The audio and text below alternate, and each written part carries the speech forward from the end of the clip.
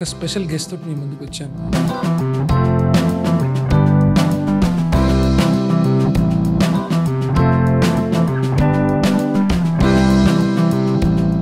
Speciality అని అంటే నాకు బేసిక్గా తత్వం భావయుక్తమైనవి చాలా ఇష్టము. శాస్త్రీయ సంగీతం నేర్చుకోవాలి అనుకుంటారు.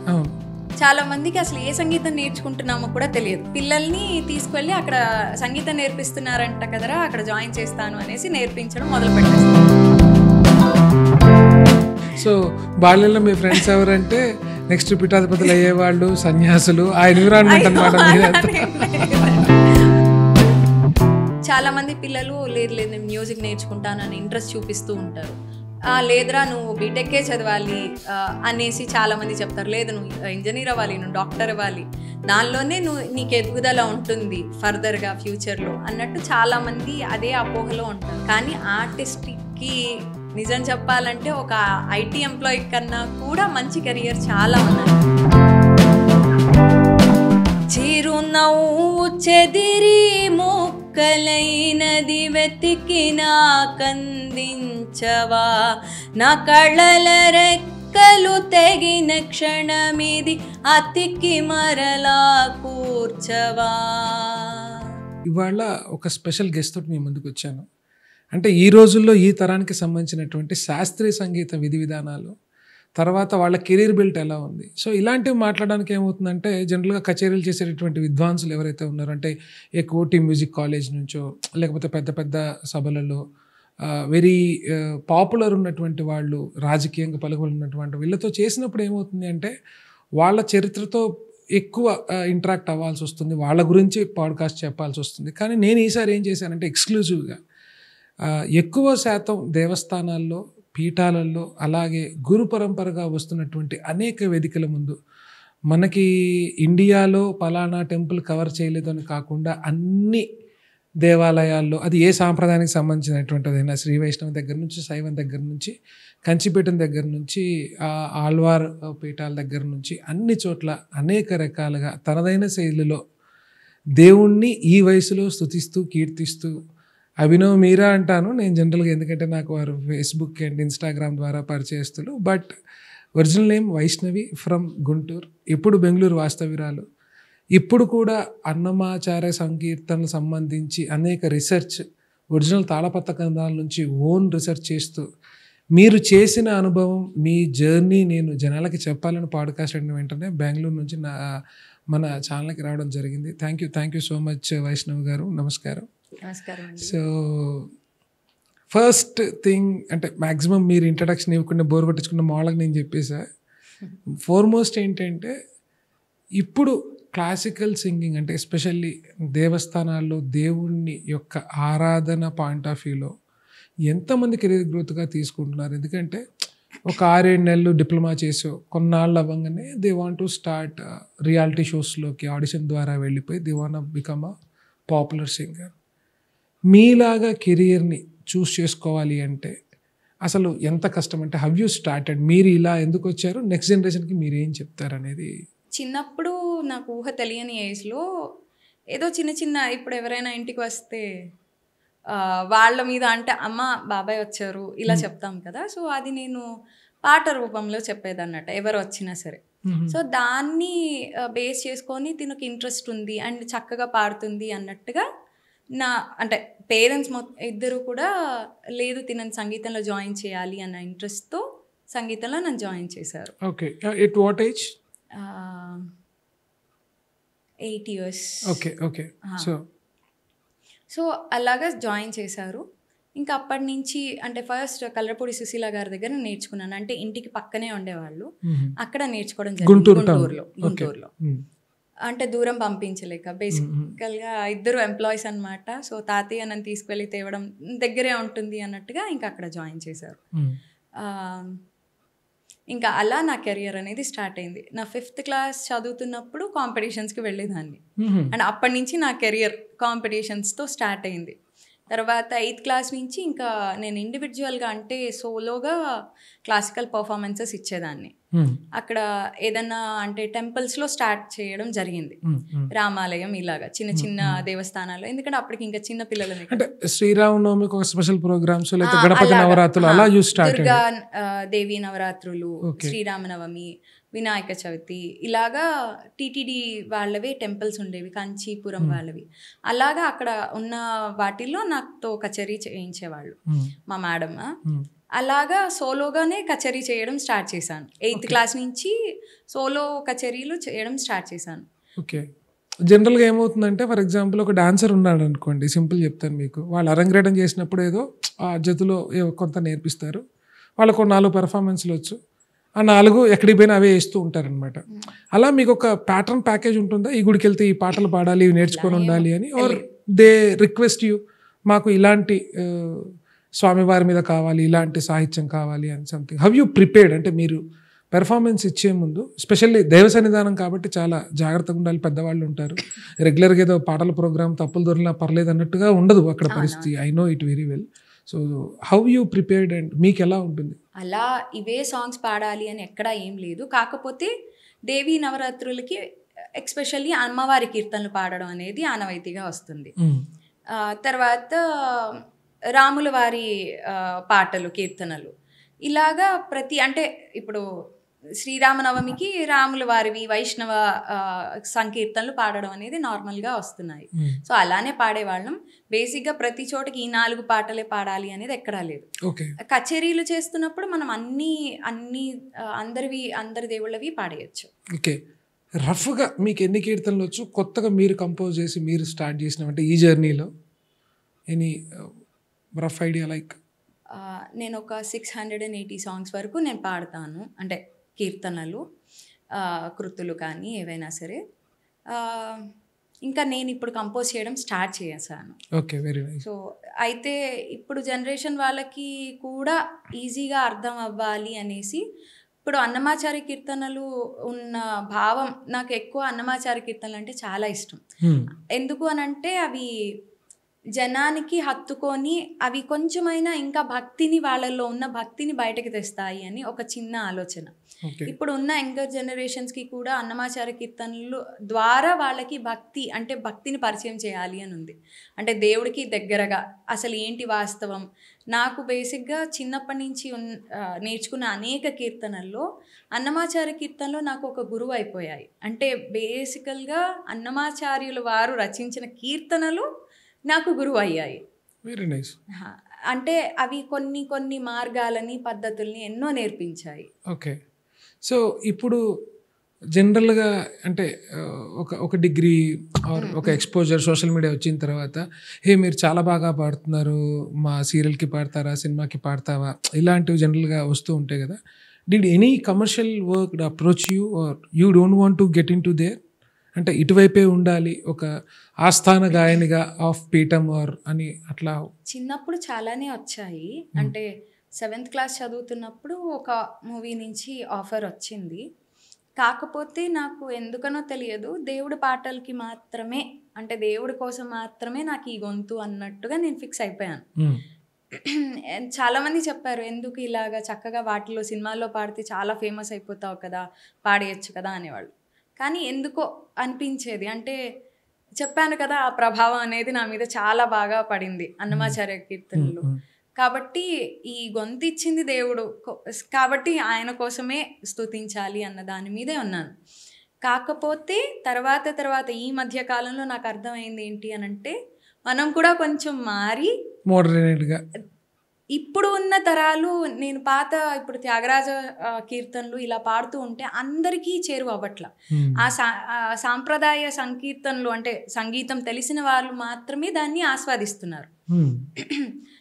యంగర్ జనరేషన్స్ ఇప్పుడు నేను వెళ్ళి ఒక త్యాగరాజ స్వామివారి కృతియో లేకపోతే ఒక వర్ణమో పాడితే వాళ్ళు అంతగా స్వీకరించలేకపోతే, మాకు ఒక త్యాగరాయ కీర్తనకి సంబంధించి అలానే వెరీ పాపులర్ అన్నమయ్య కీర్తన అంటే ఫస్ట్ మీరు ఎలా పాడతారనేది ఒక క్లారిటీ వస్తుంది ఆడియన్కి. ఎట్ ద సేమ్ టైం మీరు రేరెస్ట్గా ఎందుకు తీసుకుంటారు, అంటే తత్వమా లేకపోతే రాగమా, శృత మీకు కంఫర్టబుల్గా ఉంటుందన్న, అట్లా మీరు చెప్పే సాంగ్ ఏదైతే ఉందో విత్ ఎగ్జాంపుల్తో ఒక ఒక ఒక 3 పాటలు పర్ఫార్మెన్స్ ఇస్తే we will be glad and will know.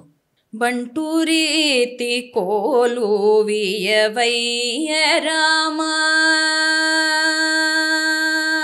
బంటూరీతి కోలు వియవయ్య రామ, బంటూరీతి కోలు వియవయ్య రామ, బంటూరీతి కోలు వియవయ్య రామ, బంటూరీతి కోలు వియవయ్య రామ.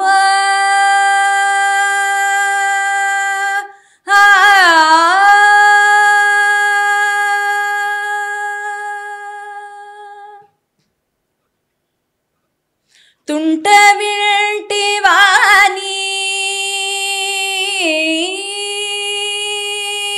తుంట వింటి వాణి మొదలైన మాద, తుంట వింటి వాణి మొదలైన మాదారులాగొట్టి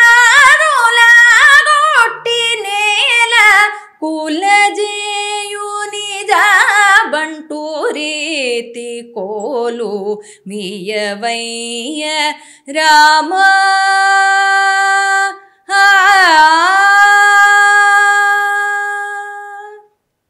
బ్యూటిఫుల్. సో అన్నమాచార్య అంటే మీరు రేరెస్ట్గా తీసుకునేది ఎందుకు, అండ్ తెలియడానికి ఎనీ పాపులర్ అన్నమాచార్య అంటే రెగ్యులర్గా మేము సినిమాల్లో కానీ ఎక్కడైనా వినేది. సో ఎనీ 2 songs ఫ్రమ్ మీ నుండి విత్ కంపారిజన్. యా. జగడపు చనబుల జాజరా, సగినల మంచపు జాజరా, జగడపు చనబుల జాజరా, సగినల మంచపు జాజరా, జగడపు చనబుల జాజరా. భారపు కుచములపై పై కడు సింగారము నెరపెడి గంధవొడి, భారపు కుచములపై పై కడు సింగారము నెరపెడి గంధవొడి, చేరువ పతిపై చిందగ పడతులు సారకు చల్లేరు జాజరా, జగడపు చనబుల జాజరా, సగినల మంచపు జాజరా, జగడపు చనబుల జాజరా.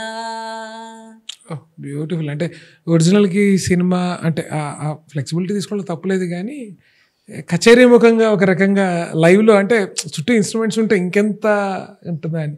Yeah, what's your rarest, I mean your speciality while you're doing your programme? Speciality అని అంటే నాకు బేసిక్గా తత్వం భావయుక్తమైనవి చాలా ఇష్టము. చాలా అంటే అన్నమాచార్యులు వారు చాలా రచించారు. అంటే శృంగార కీర్తనలు, వైరాగ్యము, భక్తి అంటే ఆధ్యాత్మిక సంకీర్తనలు ఎన్నో రచించారు. దానిలో నాకు చాలా ఇష్టము. ప్రతి దానికి అదే మన భావం ఏదైతే దేవుడికి తెలిపాలి అనుకుంటున్నామో ఆ ప్రతి ఒక్క కీర్తన నాకు అన్నమాచార్య కీర్తనలో కనిపిస్తుంది. అంటే ప్రతి ఒక్క భావము ఒక కీర్తనలో వారు రచించారు అనిపిస్తుంది. దానిలో మచ్చొక్కి ఒకటి తప్పకుండా రేరెస్ట్ ఆఫ్ ది రేర్. జగన్మోహనాకార చతురుడవు పురుషోత్తముడవు వెగటునా సోదంబు ఇది నీవేలితో నావెలితో జగన్మోహనాకార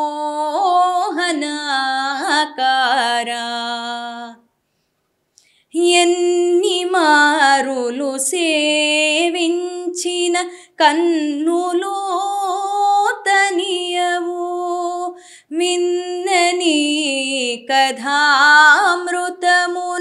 వీనులు తనియవు ఎన్ని మారులు సేవించిన కన్నులు తనియవు విన్నని కథామృతమున వీనులు తనియవు సన్నిధిని మిమును తించి సరుసజీవము తనియదు విన్న కన్నది కాదిది నా వేలే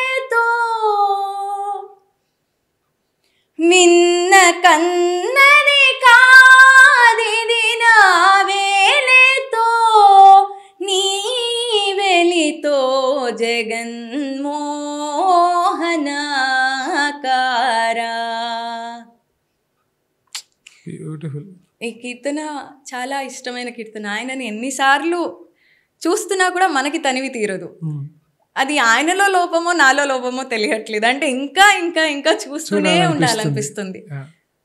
విడువరాదెంతైనా వెర్రివాడనైనా నీకు కడవారు నవ్వకుండా కాచుకోనన్నును. విడువరాదెంతైనా వెర్రివాడనైనా నీకు కడవారు నవ్వకుండా కాచుకోనన్నును.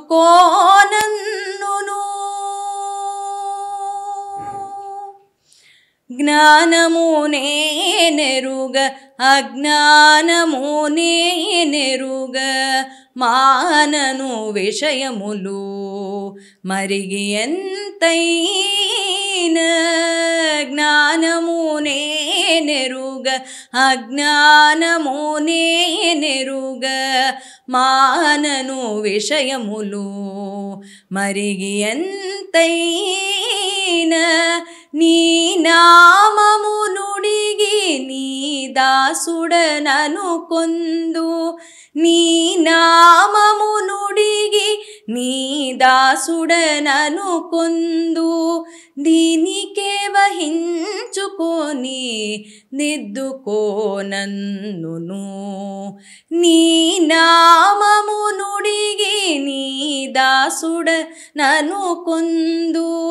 దీనికే వహించుకొని దిద్దుకోనన్నును. విడువరాదెంతైనా వెర్రివాడనైనా నీకు కడవారు నవ్వకుండా కాచుకోనన్నును.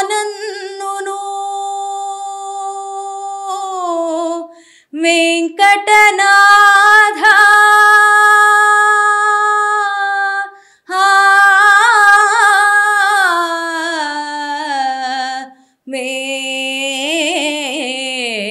వెంకటనాథ.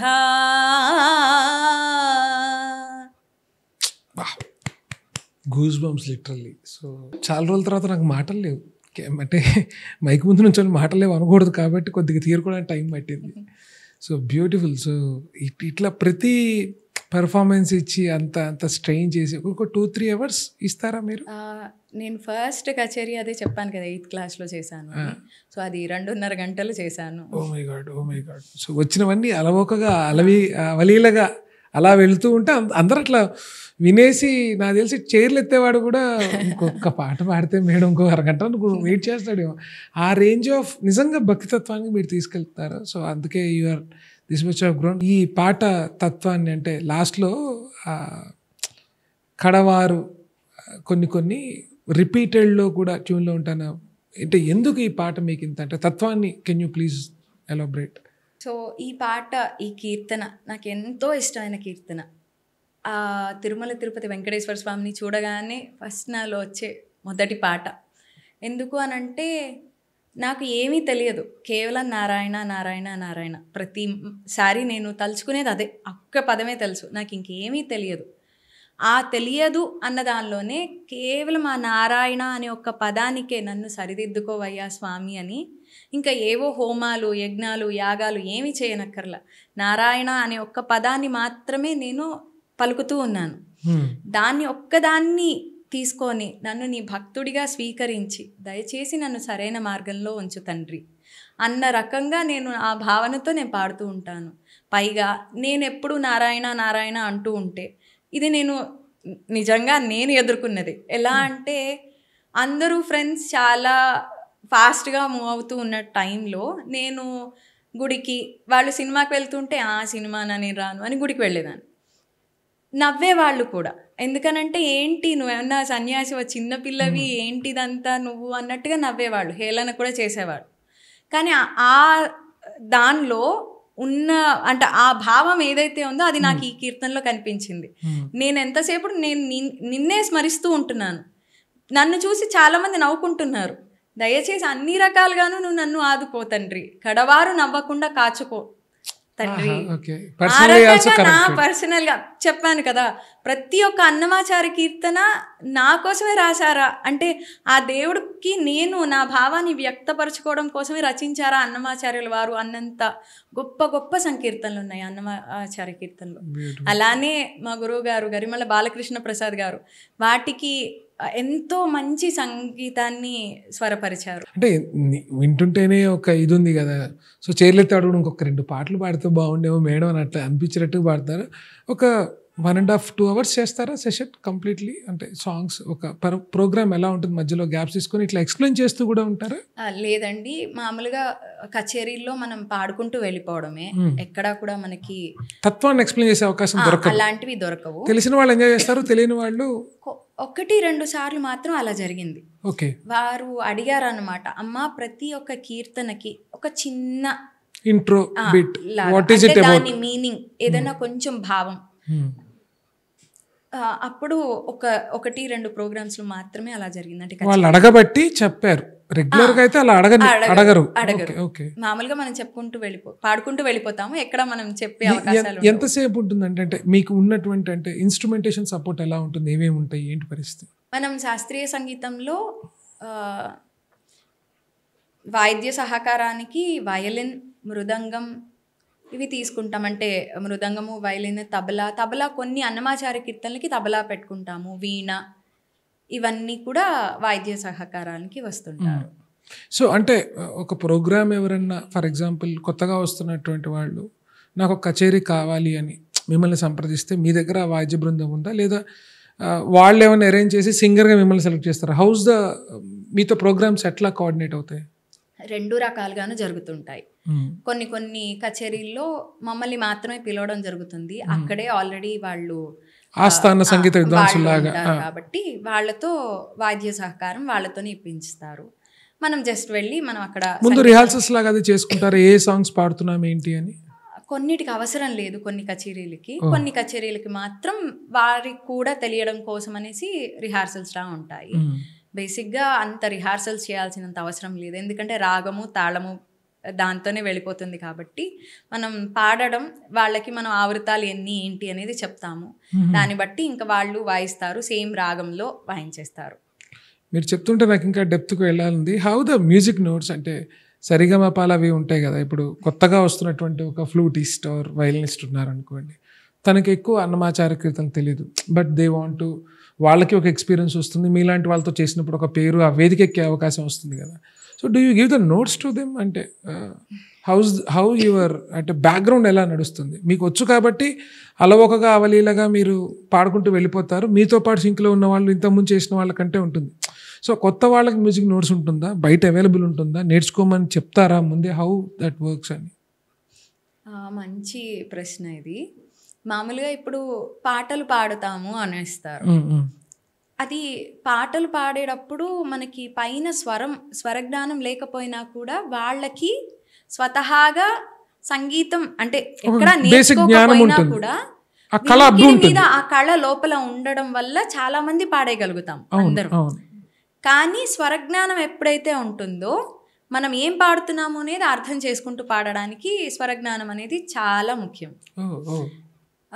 అందుకనే మనకి ప్రతి ఒక్కళ్ళు సంగీతం నేర్చుకునేటప్పుడు సరళీ స్వరాల నుంచి మొదలు పెడతారు. అంటే సరిగమ పదనిస మాయా మాళవ గౌళ రాగంలో అలా మొదలు పెడతాము. అంటే ప్రతి ఒక్క రాగము దానిలో ఎన్ని స్వరాలు ఉన్నాయి ఏంటి ఇవన్నీ కూడా మనకి సరళీ స్వరాల నుంచి నేర్పించడం మొదలవుతుంది. అలాగా వాళ్ళు అందరూ వర్ణాలకు వచ్చేసరికి చాలా వరకు అవగాహన వచ్చేస్తుంది. ఒక 8 వర్ణాలు అలా నేర్చుకునేసరికి ఇంకా అవగాహన వచ్చేస్తుంది. ఇప్పుడు మన మోహన వర్ణం తీసుకున్నట్లయితే అంటే మీరు అన్నారు కదా నొటేషన్ ఉంటుందా ఒక్కొక్క దానికి అని. ఒక్కొక్క చిన్నది ఇప్పుడు గ గరి రే సరి రే గరి రే ఇది నొటేషన్ అయితే, నిన్ను కోరి అంటే ఇప్పుడు మనం పాడుతున్న సాహిత్యానికి ఏదైతే ఉందో ఇప్పుడు నేను చెప్పినట్టుగా నిన్ను కో గరి రే అంటే ప్రతి ఒక్క దానికి పైన నొటేషన్ అనేది ఉంటుంది. అలానే ప్రతి ఒక్క కీర్తనకి కూడా పైన మనకి నొటేషన్ ఉంటుంది. నొటేషన్ ఉంటుంది. ఓకే. అంటే స్వరం ఉంటుంది. నొటేషన్ అంటే స్వరం ఉంటుంది. స్వరం. అలాగ మనం నేర్చుకున్నట్లయితే ఇంకా తొందరగా మనం హైట్స్ కి రీచ్ అవుతాం సంగీతంలో. ఓకే. సో ఐ మీన్ ఒక చిన్న డౌట్ ఏంటంటే, ఇప్పుడు క్లాసికల్ మ్యూజిక్ అన్నీ గొప్పదే కాదండి. ఇప్పుడు కూచిపూడి, భరతనాట్యం, కథకులు ఏది గొప్పది అంటే ఆ కల్చర్కి అది రిప్రజెంటేషన్ బాగుంటుంది. కానీ ఒక్కోసారి ఏమవుతుంది అంటే దాన్ని కెరీర్గా మలుచుకున్నప్పుడు ఒక చిన్న కన్ఫ్యూజన్ ఉంటుంది. హిందుస్థానీ అయితే నేను ఇండియన్ ఐడల్కి వెళ్ళిపోయి ఒక ఎక్స్పోజర్తో అక్కడ వాళ్ళకి అది ఎక్కుతుంది. కర్ణాటక అంటే ఓన్లీ సౌత్ ఆర్ వెస్ట్రన్ నేర్చుకుంటే I can be a good pianist or be a good guitarist. అంటే ఇవి నేను ఈ మధ్య కాలంలో తల్లిదండ్రుల యొక్క తృష్ణని పిల్లల మీద బలవంతంగా రుద్ది ఇది కాదు ఇది కాదని ఆ కన్ఫ్యూజన్ చూశాను.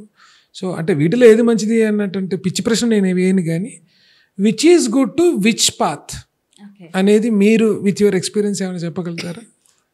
నా ఎక్స్పీరియన్స్ అంటే అలానే కాదు, మామూలుగా మనం శాస్త్రీయ సంగీతం నేర్చుకోవాలి అనుకుంటారు. అవును. చాలా మందికి అసలు ఏ సంగీతం నేర్చుకుంటున్నామో కూడా తెలియదు.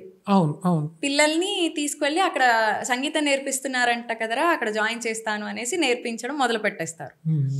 కానీ కొంతకాలం తర్వాత అమ్మ నేను కర్ణాటక సంగీతం నేర్చుకుంటున్నాను, లేదు నేను హిందుస్థానీ సంగీతం నేర్చుకుంటున్నాను అనేసి అంటారు. కానీ అసలు బేసిక్గా ఏంటి అని అంటే కర్ణాటక మ్యూజిక్ మనం ఎప్పుడు పాడాలన్నా సరే గొంతు నుంచి పాడతాం, నాభి నుంచి పాడేది హిందుస్థానీ సంగీతం. ఓహో, ఓకే. ఇప్పుడు బేసికల్గా మనం కొంతవరకు నేర్చేసుకున్న తర్వాత మనకు అర్థమవుతుంది, అంటే అరే నేను హిందుస్థానీకి నా గొంతు చాలా బాగా సూట్ అవుతుంది అనిపిస్తుంది.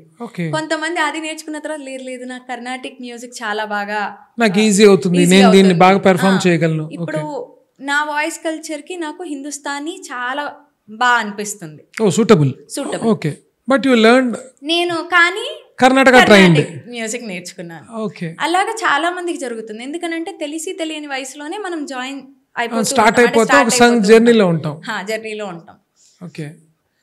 కానీ ఒకదానికి వచ్చిన తర్వాత అంటే అలానే నేర్చుకుంటూ ఏది నేర్చుకున్నా సరే ఒకదాని నుంచి ఒకదానికి వెళ్ళడం అనేది కష్టం అవ్వదు. ఎందుకనంటే అన్నీ ఒకటే రకంగా ఉంటాయి, కొంత మార్పు ఉంటుంది. ఇప్పుడు కర్ణాటిక్ మ్యూజిక్లో మనకి వెంటనే అంటే ఎక్కువ స్వరాలు పడుతూ ఉంటాయి, గమకాలు ఎక్కువ ఉంటాయి. లైక్ ఇందాక నేను పాడినట్టు బంటూరీతి కోలు వియవయ్య రామ, బంటూరీతి కోలు వెంటనే వచ్చేసాయి. అంటే మనకి గమకాలైనా సరే పదాలైనా సరే చాలా ఫాస్ట్గా పక్కనే వచ్చాయి. అదే మనకి హిందుస్థానీ దానిలో చూసినట్లయితే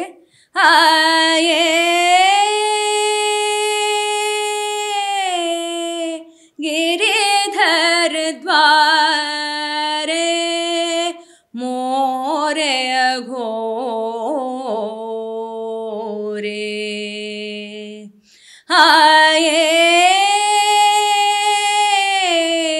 గిరిధర్ ద్వారే మోరే ఘోరే అంజన అధర లలాట మహాబల నయన నీద చలే ఆయే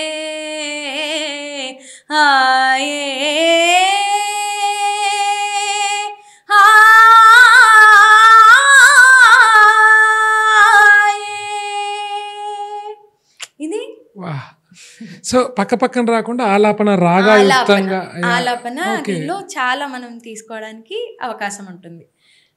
when it compare to Carnatic music మనకి పక్కనే వచ్చేస్తూ ఉంటాయి అన్నమాట. అంటే గమకాలు మనం ఎక్కువగా దీనిలో చేస్తాము, ఆలాపన రాగాలాపన అదంతా కూడా మనకి హిందుస్థానీలో వస్తుంది. బ్యూటిఫుల్. అంటే సింపుల్ నా భాషలో చెప్పాలంటే ఒకసారి బండి నడపడం నేర్చుకుంటే పల్సర్ కానీ కేటీఎం కానీ ఒక బండి నడిపాక కొంత ప్రాక్టీస్ 10-15 మినిట్స్లో మనకు ఆ గేర్ సిస్టమ్ అది అర్థమవుతుంది. జస్ట్ లేదు ఒక దాంట్లో పర్ఫెక్ట్ అయి ఉంటే రెండో దాన్ని మనం ప్రజెంటేషన్లో ఈజీ అవుతుంది. ఓకే. కాకపోతే నాకు తెలిసిన వాళ్ళు ద్వారా నేను తెలుసుకున్నది ఏంటి అంటే హిందుస్థానీ నేర్చుకున్న తర్వాత కర్ణాటిక్ మ్యూజిక్ నేర్చుకోవడం కొంచెం కష్టం అవుతుంది. ఎందుకంటే దీనిలో పక్కనే వచ్చేస్తాయి వాళ్ళకి ఆల్రెడీ చాలా కాలంగా. అంటే ఒక్కొక్క రాగం వాళ్ళు తీసుకొని 2 ఏళ్ళు కష్టపడి నేర్చుకుంటారు. మనకు అలా ఉండదు. ఒక రాగం మీద తీసుకుంటాము కర్ణాటిక్ మ్యూజిక్లో, అది నేర్చేసుకుంటాము, దాని మీద వర్ణం వచ్చేస్తుంది, నేర్చేసుకుంటాము, వెంటనే దానిలో కీర్తనలకు వెళ్ళిపోతాము, మళ్ళీ ఇంకో దానికి వెళ్ళిపోతూ ఉంటాం. How about Western music? Do you tried anything or any instrument like piano something? అంటే అది టచ్ చేశారా అది కూడా? గిటార్ ఒకటి, పియానో ఒకటి, కొంచెం బేసిక్స్ అంటే స్వరాల దాకా. Okay, manageable. Okay.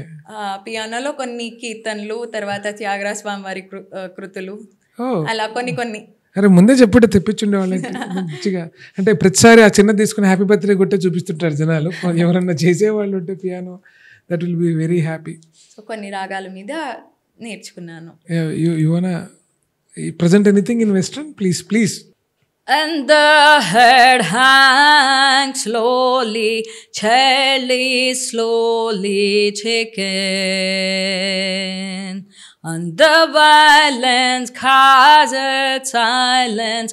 Who are we mistaken? But you see, it's not me, it's not my family. In your head, they are fighting with their tanks and their bombs and their guns. In your head, they are crying. What's in your head? In your head, zombie. What's in your head? In your head, zombie. Western కూడా ఈ రేంజ్లో practice చేస్తారు. I didn't expect move. So back to ఇప్పుడు మీరు కొత్త తరాలకి ఏం చేస్తారంటే జూమ్లో ఇది చేస్తూ ఉన్నారు మీరు, పిల్లలకి ట్రైనింగ్ ఇవ్వడం. How you train your kids or your academy? What's happening with your teaching things? ఏమన్నా ఒకసారి. చిన్నప్పటి నుంచి మ్యూజిక్ అంటే ఇష్టం. దానిలో నేర్చుకోవడమే కాకుండా నేర్పించాలి అని కూడా కొంచెం కుతూహలం ఉండేది. దాని మీద ఎవ్రీ సమ్మర్ హాలిడేస్కి అక్కడ గుంటూరులో ఆర్ఫనేజ్ దానికి వెళ్ళి నాన్న నన్ను ఆఫీస్కి వెళ్ళేటప్పుడు అక్కడ డ్రాప్ చేసేవాళ్ళు. అక్కడికి వెళ్ళి అక్కడ ఉన్న ఆర్ఫనేజ్లో ఉన్న పిల్లలకి వెళ్ళి నేర్పించేదాన్ని స్కూల్ డేస్లో. అలా స్టార్ట్ అయింది అసలు టీచింగ్, నేను ట్రైన్ చేయడం. ఇంకా అది అలా ఇంట్రెస్ట్ ఉన్నది, కానీ ఎప్పుడు చేద్దాము అన్నా కూడా ఇలా చక్కగా అంటే కేవలం అలా కొంతమంది పిల్లలకి నేర్పడం, లేకపోతే సమ్మర్ క్యాంప్స్ నడిపినప్పుడు అలాంటివి నేర్పించేదాన్ని. గవర్నమెంట్ వాళ్ళు కూడా మనకి సంగీత కళాశాలల నుంచి, పొట్టి శ్రీరాములు యూనివర్సిటీ తరపు నుంచి అలాగా కొన్ని సమ్మర్ క్యాంప్స్ నడిపేవాళ్ళు. అప్పుడు కూడా బాలానందం సత్యసాయిబాబా ట్రస్ట్ నుంచి బాలానందం పిల్లలకి కొంతమంది వర్క్ షాప్స్ చేస్తుంటారు సమ్మర్. అలాగా అంటే యూనివర్సిటీ తరపు నుంచి కాకపోవచ్చు, కానీ మా మ్యూజిక్ స్కూల్ తరపు నుంచి మాత్రం చేసేవాళ్ళు. అలాగా కొంతమంది ఇలాగా అంటే ఏంటి సమ్మర్ క్యాంప్స్ పిల్లలకి అసలు మ్యూజిక్ ఇంట్రడ్యూస్ చేద్దాము అన్నట్టుగా జరిపేవాళ్ళు. ఆ టైంలో కొన్ని క్లాసెస్ నన్ను తీసుకోమని కొన్నిసార్లు ఇవ్వడం జరిగింది. ఇంకా దాని మీద టీచింగ్ మీద ఇంట్రెస్ట్ వచ్చింది. ఇంకా అలా టీచింగ్ కెరియర్ అనేది నాది స్టార్ట్ అయింది, అంటే మ్యూజిక్లో. తర్వాత అన్నమాచారి కీర్తనలు ఇలాంటివి చిన్నపిల్లలకి నేర్పడం ఇలా స్టార్ట్ చేశామన్నమాట. ఇంకా తర్వాత ఇప్పుడు ప్రస్తుతానికి నేను అందరూ అంటే యుఎస్ నుంచి ఉన్నారు, మన ఇండియాలో ఇంకా అన్ని స్టేట్స్ నుంచి ఉన్నారు పిల్లలు, తర్వాత ఆస్ట్రేలియా నుంచి అలా రకరకాల దేశాల నుంచి నేర్చుకుంటున్నారు. గూగుల్ మీట్లో అలా నేర్చుకుంటున్నారు. ఇదివరకు మన కాలం అని కాదు, మా కాలం అని కొంచెం ఒక 6 years బ్యాక్ వరకు కూడా గురువుల దగ్గరికి వెళ్ళి నేర్చుకోవడం అనేది అలా ఆనవాయితీగా వస్తుంది. ఇప్పుడు ఏంటి అని అంటే డ్యూ టు ఆఫీసెస్ జాబ్స్ కానీ, కోవిడ్ అనుకోండి, అంటే పేరెంట్స్కి జాబ్స్ రీత్యా కానీ పిల్లల్ని తీసుకువెళ్ళి తేవడం ఇదంతా కూడా కష్టమవుతుంది. ఇప్పుడు వేరే వేరే చోట్ల ఉంటారు వాళ్ళు, నార్త్ ఇండియాలో ఉన్న వాళ్ళకి ఇక్కడ సంగీతం నేర్చుకోవాలి అని ఉంటుంది, లేదా ఇక్కడ వాళ్ళకి అక్కడ సంగీతం నేర్చుకోవాలని ఉంటుంది. ఇప్పుడు గురువులు అందరూ అన్ని రకాల చోట్ల దొరికే అవకాశం చాలా తక్కువగా ఉంది. కాబట్టి ఆన్లైన్లో కూడా సంగీతం నేర్పించడం జరుగుతుంది. Offline classes, online classes. ఆన్లైన్లో వచ్చేసరికి ఏమవుతుంది అంటే కొంచెం అంటే బేసిక్స్ నేర్చుకునే దగ్గర కొంచెం ఒక దీనికి అంటే ఆఫ్లైన్ క్లాసెస్కి ఒక 1 month పట్టేది, అక్కడ ఒక 1 వీక్ ఎక్స్ట్రా అవుతుందేమో అంతే. Okay okay. అంటే ఇనీషియల్గా అదే ప్రాక్టీస్ చేసి వాళ్ళ టైం టేబుల్ ఆ స్ట్రక్చర్లో అర్థమయ్యేలా హ్యాబిచువేట్ కూడా అవ్వాలి కదా. ఒక వారం 10 రోజులు తేడా ఉంటుందేమో అంతే మొత్తం ఏది ఇనీషియల్ స్టేజెస్లో. సో వాళ్ళు ఒకసారి స్టార్ట్ చేశారు అని అంటే చక్కగా అవి కూడా నేర్చేసుకుంటారు. సో ఒక ఇప్పుడు పీజీ డిప్లొమా అంటే ఒక 6 months ఆర్ 1 year ఉంటుంది, ఈవినింగ్ కోర్సు, ఒక ఎగ్జామ్ ఉంటుంది. సో హౌ యూ అంటే ఎంతకాలం పడుతుంది ఒక బేసిక్ లెవెల్కి రావడానికి పిల్లలు? మామూలుగా అయితే మనకి సర్టిఫికేట్ కోర్స్ అనేది స్టార్టింగ్ అది 4 years నేర్పిస్తారు ఏది మనకి సంగీత కళాశాలలో. ఓకే. కాకపోతే కొంతమంది ఫాస్ట్ లెర్నర్స్ ఉంటారు, వాళ్ళు చాలా తొందరగా నేర్చేసుకోగలుగుతారు. ఇప్పుడు అంటే సిలబస్ ని టక్ కంప్లీట్ చేసుకుంటూ వెళ్తుంటారు. అంటే కొంతమంది ఏకసంతాగ్రహిలు ఉంటారు. ఇప్పుడు ఏంటంటే it depends on person to person. కొంతమందికి ఒకే కీర్తన నెల రోజులు నేర్చుకునే వాళ్ళు ఉంటారు, ఒకళ్ళు 1 గంటలో నేర్చేసుకునే వాళ్ళు ఉంటారు, గంటలో నేర్చేసుకొని మళ్ళీ పాడేస్తారు వాళ్ళు కావాలంటే. అంటే వాళ్ళ ఇంట్రెస్ట్, వాళ్ళకి దాని మీద ఉన్న అదే పట్టు, వీటన్నిటిని బేస్ చేసుకొని ఒక్కొక్క స్టూడెంట్కి మారిపోతుంది. Yeah okay okay. అంటే మినిమం 1 year ఆన్లైన్ అయినా కూడా అట్లీస్ట్ వాళ్ళు సంగీతం వచ్చు అని ఒక మచ్చుకి అంటే ఒక రాగాన్ని చూస్తే గుర్తుపట్టే అంత జ్ఞానం, రాగాన్ని చూస్తే గుర్తుపట్టే అంత అవకాశం ఉండదు. ఓకే. కాకపోతే వాళ్ళకి కొంచెం శృతి జ్ఞానం, లయ జ్ఞానం ఇలాంటి కొంచెం సినిమా పాటలు ట్రైన్డ్ క్లాసికల్ సింగర్ లా పాడగలుగుతారు. అంటే కొంచెం కొంతవరకు ప్రొఫెషనలిజం సైడ్ ఒక అడిగేస్తారు, ఒక్క అడిగేస్తారు కరెక్ట్గా. ఓకే. అంటే నేను ఎందుకు ఆ ప్రశ్న అడిగానంటే మనకి పలానా పాట పాడితే చిన్నప్పుడు సబ్బుపెట్టి రావటం వేరును, ఈ టిక్ టాక్ స్మూల్ వీటి యాప్స్లలో జనాలు కలిసినప్పుడు ఓహో నేను ఈ స్టేజ్లోనే ఉన్నాను, నేను ఇంకా నేర్చుకోవాలి, లేకపోతే నా నాలెడ్జ్ మ్యూజిక్లో ట్రైన్ ఇంతే ఉందని తెలుసుకున్నప్పుడు దే వాంట్ టు ఇంప్రూవ్. అప్పుడు వాళ్ళు ఏం చేస్తారంటే జస్ట్ లైక్ డాన్స్ లాగా మీ పిల్లలకి డాన్స్ నేర్పిస్తాము, కానీ మానేసే టైంకి మా దగ్గర ఒక 6 నెలలు ఉంటే ఒక వెస్ట్రన్, ఒక ఫోక్, ఒక ఇది నేర్పిస్తామండి లాగా. కొన్ని చోట్ల కొంతమంది ఏం చేస్తున్నారంటే ఆల్రెడీ పాపులర్ అయినటువంటి ఒక పాటని సంగీతం నేర్చుకుంటే ఎంత పర్ఫెక్ట్గా వస్తుందో అలా ఇది చేస్తారు. మీకు I hope you know the song ఎట్టాగయ్య శివ శివ. చాలామంది నేను పాడంగా విన్నాను, క్లాసికల్ ట్రైన్డ్ ప్రాపర్ వాళ్ళు ఒకలాగా పాడటం విన్నాను నేను. అది వాళ్ళు దగ్గరికి ఇచ్చినప్పుడు కూడా ఒక ఫిలిం సాంగ్ ఉన్నికృష్ణన్ గారు మెలోడీస్, రెహమాన్ గారి పాటల్లో ఏదన్నా తీసుకుంటే తెలిసిపోతుంది ఇది క్లాసికల్ ట్రైన్డ్ పాడినటువంటి, అంటే ఆ ట్రైన్డ్ అయినటువంటి సింగర్, ఆ గమకాలు కానీ అవి కానీ ఆటోమేటిక్గా బై సబ్కాన్షియస్గా వస్తాయి. అట్లా నాకేమనిపించింది అంటే కెన్ యూ ప్రెజెంట్ ఎనీథింగ్, అంటే మీకు ఒక్కసారి అది వస్తే నేను క్లియర్ ఎక్స్ప్లెయిన్ చేయగలుగుతాను. Can you give a small about that. అంటే సినిమా పాపులర్ అండ్ బయట కూడా అది ఫోక్లోర్ జానర్లో చాలా మంది తీసుకోవటం ఉంది. ఒక క్లాసికల్ సింగర్ పాడితే ఎలా ఉంటుంది అనేది ఐ వాంట్ టు. ఎట్టాగయ్యా శివ శివ నీవన్నీ వింత ఆటలే, పుట్టుక చావు యాతనాను రాసే నుదుటి రాతలే, నింగి నేలందరికొక్కటే వందాలోచనలెందుకు, బంధీయే ప్రతి మనిషి బంధాలోని బాధకు, మోదమొకటే వేదనొకటే జనులకి జగతిలో, ఎట్టాగయ్యా శివ శివ నీవన్నీ వింత ఆటలే, పుట్టుక చావు నడుమలో మావన్నీ ఎదురు ఈతలే, దయసుడు శివ శివ లీలా శివ శివ భోళా శంకరుడా, నీవే సంభో శివ శివ సాంబా శివ శివ చూపించు నీ కరుణ,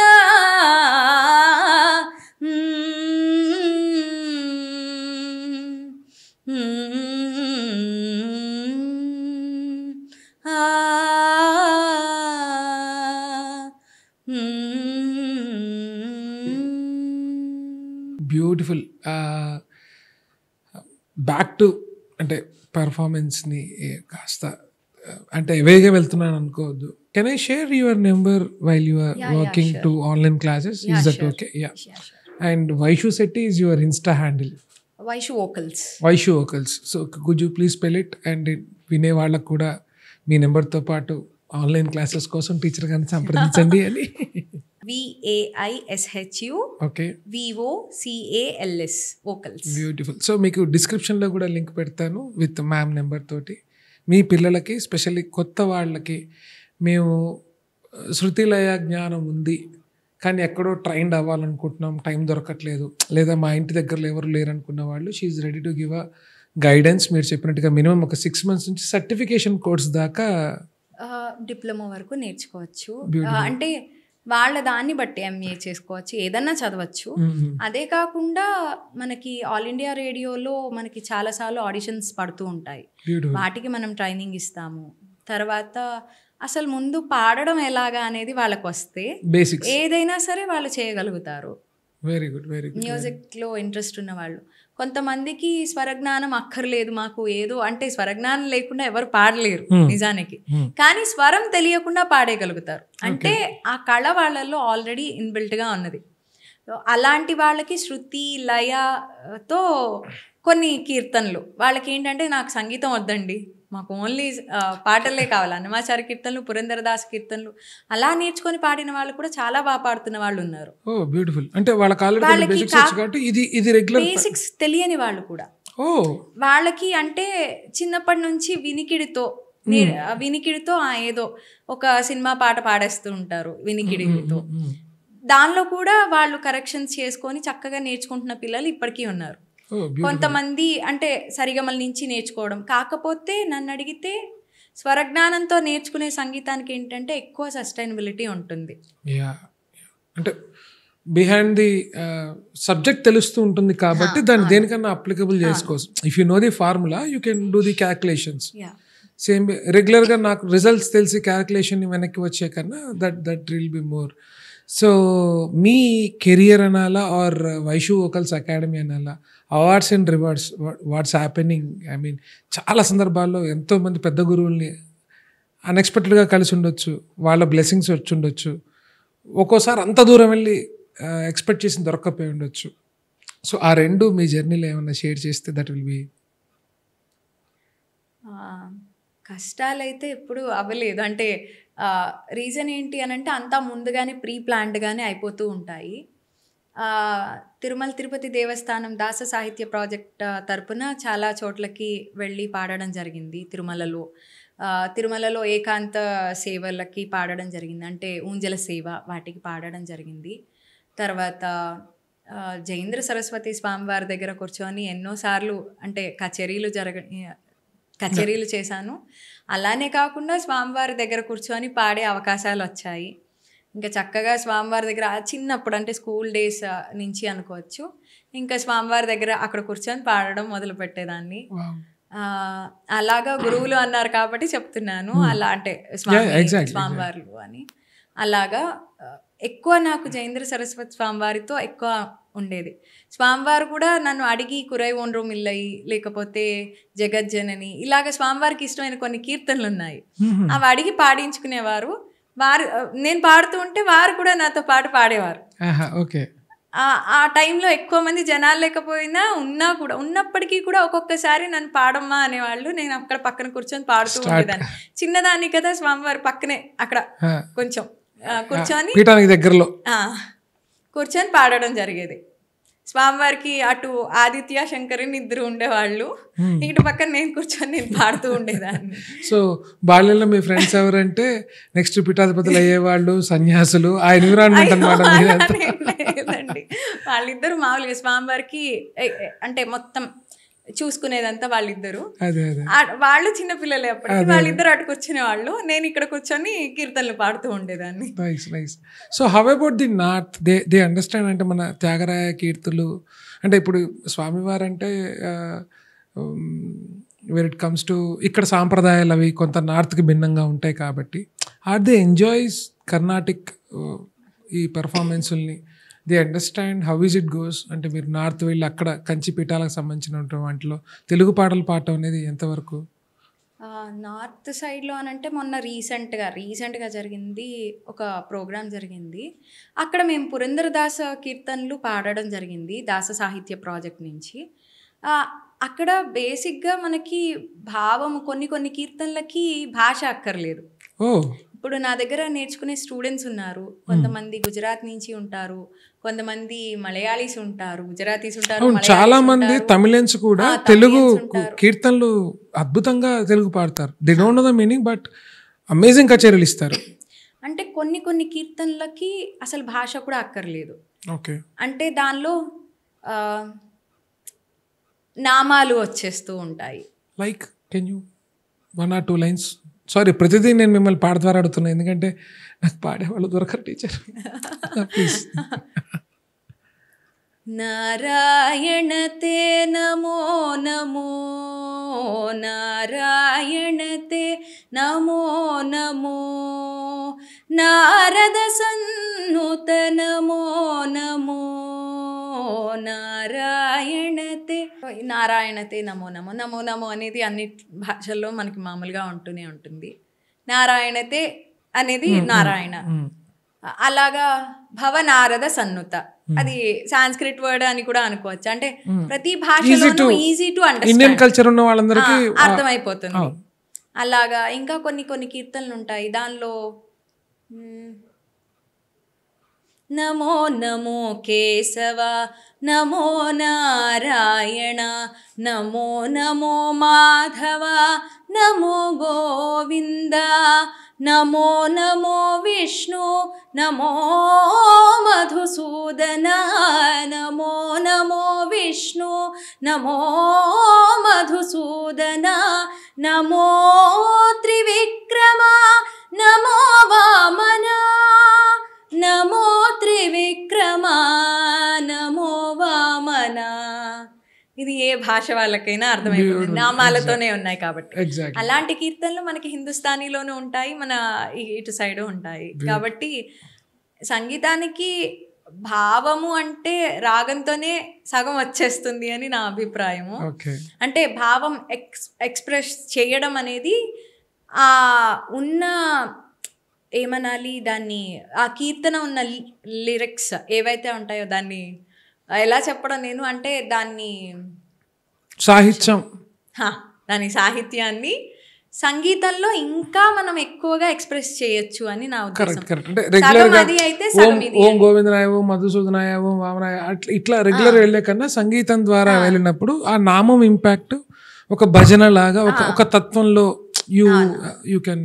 అలాగా మనం కొన్ని కీర్తనలు వాళ్ళకి మనకి అర్థమైపోతూ ఉంటాయి. Beautiful. So I mean what's the future plans? So Vaishu vocals ఏం చేయబోతున్నారు? సో వైషు వోకల్స్ రీసెంట్ గా స్టార్ట్ చేశాను. ఓకే. అందరూ నన్ను తిట్టేవాళ్ళు అనమాట, చిన్నప్పుడు ఇప్పటికీ తిడుతూనే ఉన్నారు, నువ్వు ఏంటి అంటే అట్లా కాదు, మీ బ్యాండ్ మీ గ్రూప్ ఏం చేస్తున్నారు అనేది హైదరాబాద్ లో ఏం పెట్టట్లేదు ఏంటి అన్నట్టుగా. అంటే అందరూ పెట్టేస్తున్నారు, పాడుతున్న వాళ్ళందరూ కూడా ఇప్పుడే లర్నర్స్ కూడా పెట్టేస్తున్నారు, నువ్వు ఎందుకని ఆన్లైన్లో ఏమీ పెట్టట్లేదు యూట్యూబ్లో కానీ ఇన్స్టాలో కానీ అన్నట్టు అడుగుతున్నారు. రీసెంట్గా నేను స్టార్ట్ చేయడం జరిగింది. ఇప్పుడు నా ఓన్ సాంగ్స్ కూడా కొన్ని చేస్తున్నాను, అవి కూడా దానిలో అప్లోడ్ చేయాలి. Beautiful. Your composing and your writing. Yeah beautiful. అంటే లీక్ చేయొచ్చా మా కోసం ఏమైనా 1-2 పదాలు? మ్యూజిక్ ఏం లేదు కాబట్టి కాపీరైట్ ఇష్యూస్ రావు. సో రాబోయే పాట కాపీ చిన్న చీటీ ప్లీజ్ మీరు రాసి మీరు స్వరపరిచిన ఏమన్నా. ఆ వెండి వెన్నెలలో నా కాటుక కన్నులతో నీ కోసం చూసాను రా, వీచే చిరుగాలులతో కదిలే ఆ మబ్బులతో నీ జాడే అడిగాను రా. ఓ బ్యూటిఫుల్. సో శాస్త్రీయ సంగీతం నుంచి లలిత సంగీతంలోకి వచ్చింది. సో ఇదే ఊపులో నా ఫేవరెట్ ఆవిడ ఫోన్లో పాడినప్పుడు నేను ఇట్లా రికార్డ్ చేసుకుంటున్నా, ఆగండి రికార్డ్ చేసి మా ఇంట్లో అందరికి వినిపించి చూడు ఎట్లా పాడుతుందని. One of my favourite song. అది పోతే అంటే అది పాడితే మీకు గొంతుంటుంది లేక మీరు ఆగలేదు. సో ఎండింగ్ సెషన్ ఆఫ్ ఒక ఫిలిం సాంగ్ తోటి డోంట్ మైండ్. అంటే ఇది కాకుండా నేను ఇప్పుడు మీరు శాస్త్రీయ సంగీతం కాకుండా లలిత సంగీతం సంగీతం అయింది కదా, దేవుడిది కూడా ఒకటి చెప్పేస్తాను ఇప్పుడు కంపోజ్ చేస్తున్నది. ప్లీజ్.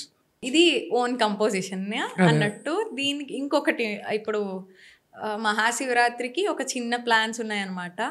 వాటిల్లో కొన్ని కీర్తనల్లాగా, ఒకటి ఏంటంటే అందరికీ వచ్చింది నాగేంద్ర హారాయ అనేసి మామూలుగా చదువుకుంటూ ఉంటాము, దాన్ని ఒక రాగంలో పెట్టి చేద్దాము అని. మంచి ఆలోచన. Okay, please.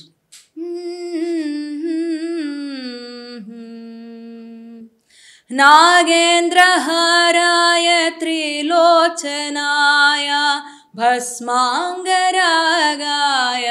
మహేశ్వరాయ నిత్యాయ శుద్ధాయ దిగంబరాయ తస్మై నకారాయ నమః శివాయ. ఇలాగా అంటే బ్యూటిఫుల్. రెగ్యులర్ గా ఉన్నటువంటి మంత్రాన్ని ఒక ఇలా. సో ఎప్పుడు వస్తుంది మీ ఆల్బమ్ అయితే ఈ లలిత సంగీతం అండ్ ఇవన్నీ వస్తాయండి ఇంకా. So please follow her an Insta handle. So కేవలం సంగీతాన్ని నేర్చుకునే వాళ్ళు మాత్రం ఆ నెంబర్కి చేయండి, నెంబర్ ఇచ్చాను కదా అని చెప్పి మీ యొక్క దారుణమైన ప్రశ్నలన్నీ చేయకండి. కావాలంటే కామెంట్స్ రూపంలో పెట్టండి, నేను మళ్ళీ బెంగళూరు వెళ్ళినా తనతో ఒక మంచి పాడ్కాస్ట్ సెషన్ చేస్తా. సో ఎండ్ ఒక యోతో ముగించాలి కాబట్టి నా ఫేవరెట్ సాంగ్ గుండెలోతులో ఫ్రమ్ గురు. తను హై పిచ్ ఒకసారి పాడితే ఇందాక కూడా పాడినప్పుడు నాకు అనిపించింది తన వాయిస్ కల్చర్కి ఎంత బాగుందంటే, నాకు తెలిసి ఈ పాట ఒకసారి మీరు విన్న తర్వాత మొత్తం ఫిలిం ఇండస్ట్రీ వాళ్ళందరూ అక్కడ రెహమాన్కి సాక్షి దొరికినట్టు ఆవిడ పాడతారు కదా, హూస్ దట్, అదే ఎట్టాగే శివ పాడిన ఒరిజినల్ సింగర్, కన్నడ వాళ్ళకి ఉన్నట్టుగా తెలుగు వాళ్ళకి వైష్ణవి ఉందనుకుంటున్నా. సో ప్లీజ్ నా కోసం గుండెలోతుల్లో ఫ్రమ్ గురు. ఓకేనండి, థ్యాంక్ యూ. గుండెలోతులలో గుండు సూది గుచ్చకు కళ్ళల గొంతు నొలిమి మన్నులోన పూడ్చకు సూలాల మాటల్తో బాధించకు కను పాపల్లో శూన్యంగా వేధించకు మంటల్లో ప్రాణాన్ని మండించకు కనరానంటూ కన్నీట నను ముంచకు చిరునవ్వు చెదిరి ముక్కలైనది వెతికినా కందించవా నా కళ్ళల రెక్కలు తెగిన క్షణమిది అతికి మరలా కూర్చవా. సో నన్ను అడిగితే అదే క్లాసికల్ ట్రైన్ అయితే మీరు కూడా ఇలా అలవోకగా అవలీలగా సులువుగా అంత కష్టమైన పాటను, అంత హైపిచ్ పాటను అందుకోవచ్చు. So that I want to share. Thank you so much for time. Any ending notes from you? లేదు, వాళ్ళ ఇంట్రెస్ట్ మ్యూజిక్ అంటే ఒకటి మాత్రం చెప్పాలనుకుంటున్నాను. చాలామంది ఏంటి అని అంటే కళ అనేసరికి అంటే ఏదైనా మ్యూజిక్ కానీ ఏదైనా ఆర్ట్, చాలామంది పిల్లలు లేదు లేదు నేను మ్యూజిక్ నేర్చుకుంటానని ఇంట్రెస్ట్ చూపిస్తూ ఉంటారు. లేదురా నువ్వు బీటెక్కే చదవాలి అనేసి చాలామంది చెప్తారు. లేదు నువ్వు ఇంజనీర్ అవ్వాలి, నువ్వు డాక్టర్ అవ్వాలి, దానిలోనే నీకు ఎదుగుదల ఉంటుంది ఫర్దర్గా ఫ్యూచర్లో అన్నట్టు చాలామంది అదే అపోహలో ఉంటారు. కానీ ఆర్టిస్ట్కి నిజం చెప్పాలంటే ఒక ఐటీ ఎంప్లాయీ కన్నా కూడా మంచి కెరియర్ చాలా ఉన్నాయి. ఇన్ టర్మ్స్ ఆఫ్ అంటే పేరుతో పాటు ప్యాకేజీలు కూడా అన్ని రకాలుగాను ఉంటుంది. కాబట్టి వాళ్ళు నేర్చుకునే దాన్ని బట్టి ఏదైనా అంతే కదా. ఇప్పుడు మనకి ఫస్ట్ ర్యాంకర్ ఇలా ఉంటాయి కదా, దీనిలో కూడా అలానే మీరు ఖచ్చితంగా ఇది మంచిగా నేర్చుకుంటే చాలా మంచి కెరియర్ గ్రోత్ దీనిలో కూడా ఉంటుంది. ఓకే, అంటే ఇప్పుడు అంటే పేరెంట్స్ అపోహకి నేను చెప్తున్నాను. I got the point. అంటే ఇప్పుడు చాలా మందికి ఒక అపోహలు ఎట్లుంటాయంటే యాక్టింగ్ నేను చేస్తాను, కొంత ట్రైన్ అయి ఉంటారు కానీ అందరికి అవకాశం రాదు. అట్లనే పేరెంట్స్ కూడా ఎట్లా ఆలోచిస్తారంటే మనల్ని ఎవడు గుర్తించి అవకాశాలు ఇస్తాడు, మనం ఎంత బాగా పాడినా మనం ఎంతమంది తెలుస్తాం అనే ఒక 80s 90s ఉన్న. ఇప్పుడు సోషల్ మీడియా ద్వారా they have their own blogs ఉన్నాయి, వీడియో బ్లాగ్స్ ఉన్నాయి, పాడ్కాస్టింగ్ ఉంటుంది. ఈ ఎక్స్పోజర్ ఉన్నా కానీ అందరికీ రీచ్ అవ్వాలంటే దానికి కూడా ఒక వ్యూయర్షిప్, మీరు బలవంతంగా వెళ్ళి ఒక న్యూస్ ఛానల్లో డిబేట్ ఇవ్వడము, ఒక ఇంటర్వ్యూ ఇవ్వడము ఇట్లా ఉంటుంది కదా. So I mean do you really feel అంటే మీకంటే శాస్త్రీయ సంగీతం ఫస్ట్ నుంచి ఉన్నారు, కచేరీ సైడ్ ఉన్నారు కాబట్టి ఆ దేవస్థానం ఎంత డిమాండ్ చేయకపోయినా ఎంతో కొంత ప్రసాదంగా ఉన్నా కొంత మెరుగుపడి పేరుతో పాటు దాని తగ్గ ప్రతిఫలం ఉంటుంది. కానీ ఇండివిజువల్ ఒక ఆర్ట్ని నమ్ముకొని ఫిలిం సింగర్ అవ్వాలా, కచేరీలు చేయాలా, లేకపోతే ఒక బ్యాండ్లో నేను సొంతంగా పెట్టుకోవాలా, ఈ కన్ఫ్యూజన్ ఉన్న వాళ్ళకి హౌ యూ గైడ్ దేమ్ అంటే? ఇప్పుడు బ్యాండ్స్ ని చూసినట్లయితే కేవలం వాళ్ళు సినిమా పాటలు కొన్ని సాంగ్స్ నేర్చేసుకుంటున్నారు, కొన్ని పాటలు నేర్చేసుకొని లెట్ స్టార్ట్ ఏ బ్యాండ్ అన్నట్టు చేసేస్తున్నారు. దానివల్ల ఏమైందంటే క్రౌడ్ బాగా పెరిగిపోయింది. కానీ ఎంత క్రౌడ్ పెరిగినా కూడా నేర్చుకున్న వాళ్ళకి ఎప్పుడు కూడా అవకాశాలు ఉంటూనే ఉన్నాయి. ఇలా నేర్చుకోకుండా అలా వచ్చేస్తున్న వాళ్ళకి కొంచెం తక్కువ ఉంటుంది. ఎందుకనంటే ఇప్పుడు వచ్చేవాళ్ళు కూడా ఎంజాయ్ ఎప్పుడు చేస్తారు, దానిలో ఉన్న ఆ మ్యూజిక్ అరోమా అది బయటకు వచ్చినప్పుడు మాత్రమే మనం కూడా దాన్ని ఎంజాయ్ చేయగలం. అపశృతిలో పాడుతుంటే ఏంట్రా బాబు, మొన్న ఒక దానికి వెళ్ళాము అందరం కలిసి, అక్కడ ఎవరో పాడుతున్నారు పాటలు. సరే నేను దూరం నుంచి వింటున్నాను అనమాట. నా పక్కన వాళ్ళకి ఏం సంగీతం తెలియదు, ఏమీ తెలియదు. ఏంట్రా అలా పాడుతుంది పాట, కూని చేసేస్తుంది, ఏంట్రా అలా పాడుతున్నాడు వాడు అంటే వినే వాళ్ళల్లో చాలా మందికి అర్థమైపోతుంది, ఆ ఎంజాయ్ చేయడం కూడా తెలిసిపోతుంది. అంటే వీళ్ళు ఇలా పాడితే ఇంత బాగుంది. కాబట్టి నేర్చుకున్న వాళ్ళకి ఎప్పుడు కూడా కెరియర్ గ్రోత్ అనేది ఉంటుంది. ఇది సంగీతం పరంగా చెప్తున్నా, యాక్టింగ్ సైడ్ లో సంగీత పరంగా చెప్తున్నాను. మనకి ఎన్నో అవకాశాలు ఉన్నాయి. గవర్నమెంట్ వాటి తరపున మనం టీచర్స్గా వెళ్ళొచ్చు, లెక్చరర్స్గా వెళ్ళొచ్చు, దీనిలో పిహెచ్డీలు చేసే వాళ్ళు ఉంటారు. మనకి శాస్త్రీయ సంగీతం నేర్చుకుంటే అనేక చోట్ల ప్రోగ్రామ్స్, ఎన్ని కీర్తనలు అండి, ఎన్ని మ్యూజిక్ అంటే ఎన్ని మూవీ సాంగ్స్ కానీ మీరు ఏది తీసుకున్నా కూడా, ఇప్పుడు మూవీ సాంగ్స్ అని అంటే అదంతా ఒక చిన్న దానిలో వెళ్ళిపోతుంది. కాకపోతే మనకి రెగ్యులర్గా ఏంటి అని అంటే మూవీ సాంగ్స్ అంటే ఆల్రెడీ ఎస్టాబ్లిష్ అయిన వాళ్ళతో ఎక్కువ సాంగ్స్ పాడించడం జరుగుతుంది. కానీ అదొక్కటే కాదు కదా, మనకి చాలా ఉన్నాయి. మనం ఇప్పుడు ఐటీ ఎంప్లాయీని, ఇప్పుడు మీరు అడిగిన దానికి ఒక చిన్న ఎగ్జాంపుల్, ఐటీ ఎంప్లాయీ అయినంత మాత్రం వాళ్ళ పేరెంట్స్కి వాళ్ళ ఫ్యామిలీకే తెలియచ్చు, కానీ వాళ్ళ గ్రోత్ అనేది వాళ్ళకి ఎప్పుడు ఉంటూనే ఉంటుంది. సో సంగీతంలో కూడా ఎంతో మంది తెలియని వాళ్ళు ఎక్కడెక్కడో ఇంకా లోపలే ఉన్నారు, కానీ వాళ్ళు ఎంతో ఎదిగిన వాళ్ళు ఉంటారు. అంటే బయట ప్రపంచానికి తెలియకపోవచ్చు, కానీ వాళ్ళ ప్రపంచంలో వాళ్ళు దిట్టలైన వాళ్ళు ఉంటారు. అలా ఎంతో మంది ఉన్నారు. ఇప్పుడు మా గురువులు కూడా ఎన్నెన్నో కచేరీలు ఇచ్చిన వాళ్ళే ఉన్నారు. కానీ కొంతమంది గురువులు చాలా గొప్పగా పేరు రాణించిన వాళ్ళు ఉన్నారు. కొంతమంది గురువులుగా వాళ్ళు ఎంతో పేరు రాణించి ఎక్కడెక్కడో ప్రోగ్రామ్స్ పరంగా కానీ వాళ్ళ ఆర్థికంగా కానీ రకరకాలుగా ప్రతి దానిలోనూ వాళ్ళకి ఏది కావాలి అని అంటే దానిలోకి వెళ్ళడానికి అవకాశాలు ఎప్పుడూ ఉంటాయి.